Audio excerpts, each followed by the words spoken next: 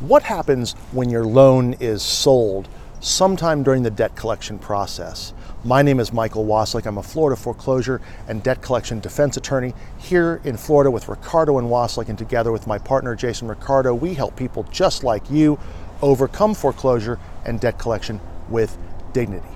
Now, one question we get a lot at the office is what happens when a loan is sold? Does that somehow reset or give new rights to the new debt collector greater than that of the old one? And the answer to that question is generally no, because a new creditor can't, a new debt buyer, someone who purchases a debt from someone else, can't get more rights than the original lender or creditor had.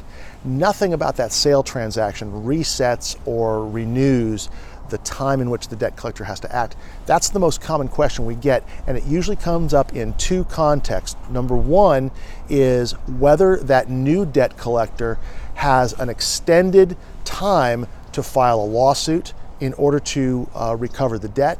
And the second context we get it in is what happens on your credit report. Does that extend the time that that new creditor can report that debt on your credit report?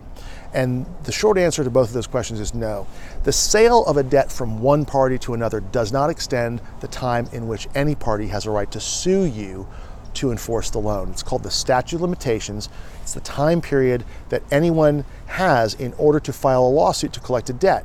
In Florida, that statute of limitations is 4 years or 5 years, depending on whether it's a suit on a written contract or on an open account. It's 5 years for a written contract, 4 years for an open account.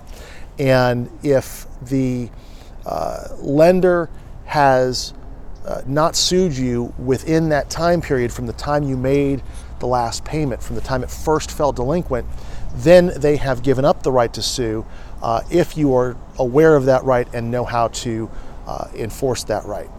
But the mere sale of that debt from one party to another, from one debt collector to another debt collector, does not extend that time limit. There's only a limited number of things under Florida law that can extend that time limit.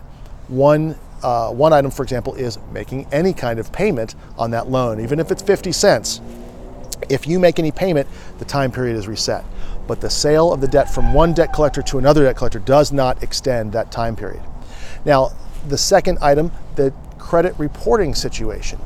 A debt on a written contract for most types of debt, and only usually federal loans are excluded from this, but any kind of debt that's not yet gone to judgment, that has to fall off your credit report in 7 years from the time it first falls into delinquency. In other words, there's 7 years before it completely is removed from your credit report if the date of first delinquency is being reported properly, if the date on which you first missed your payment is being reported properly. Again, making a payment can reset that time period, but a sale from one debt collector to another does not reset that time period. So if you borrowed money from Bank A and they sell it to a debt collector B, and you might see that there's two entries appearing on your credit report, one showing that the original creditor sold it, closed the account, sold it off to the second one, and then two, you see that second one appear on your credit report. But if that first delinquency was more than 7 years ago, if the last payment you made is more than 7 years old, then in almost every circumstance, that debt is supposed to roll off your credit report, and the mere sale from the original creditor to a debt buyer or from a debt buyer to a subsequent debt buyer, that mere sale does not reset the time limit, so it has to come off. You have a right to dispute that. Information is usually found on your credit report itself, so if you have your credit report, you can look for instructions on that report about how to dispute obsolete data.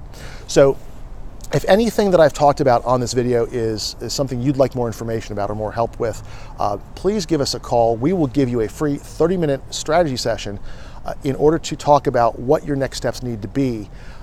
And you'll get an appointment with one of our lawyers. We'll analyze your situation. We'll talk about the debt collection issues that you're facing, whether it's a lawsuit, whether it is something on your credit report that's bothering you. Either way, we'll talk to you. We'll give you 30 minutes. And at the end of that 30 minutes, we guarantee you'll have more information, more clarity, a better idea of what you need to do to take your next step. So have to be crazy not to take us up on this, because there's no risk, no obligation whatsoever. So the way to get that is to give us a call at 352-567-3173. That's 352-567-3173. Call, ask for your appointment to talk to Mike or Jason. We're the lawyers at Ricardo and Wasylik, and we'll give you that free 30-minute strategy session if you mention the title of this video, which is "What Happens If My Loan is Sold During Debt Collection." So I hope this has been helpful for you. If so, leave a like. If you've got a question or a comment, leave it in the comment section below.